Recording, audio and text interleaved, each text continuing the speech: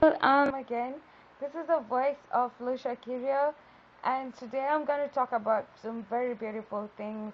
The first one is nature.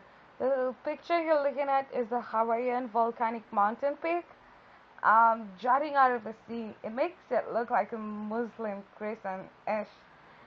Very pretty, I think. Anyways, I was going to talk about some very beautiful things to do in life. First is to donate to charities, and in particular today, I want to talk about a specific charity known as Daisy Eye Cancer Fund. It is www.daisyeycancerfund.org. It's an organization that aims to sponsor kids and help kids who suffer from eye cancer.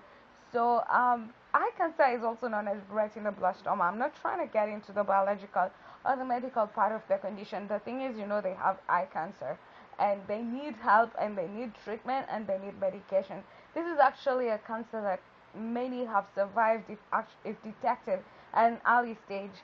What I'm trying to talk about today is that if you actually support these charities and causes, or if you're looking for a cause to support, Daisy Cancer Fund would be a nice cause to support because it is based in Africa and the UK and in Canada. In Canada, it works in conjunction with the Hospital for Sick Kids.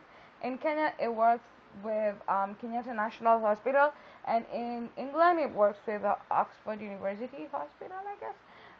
So what happens is that this charity sensitizes people. It creates awareness. Apart from that, it also um, enrolls doctors who treat this disease and cure the kids. And in the wild, there's something called Cycle of Light, which helps the parents of the kids get at least a little money for the upkeep and taking care of the kids. It's actually a good cause to support. If you're looking for a cause to support, I would advise that you check out the website, donate to them. The website again is www.daisyeycancerfund.org.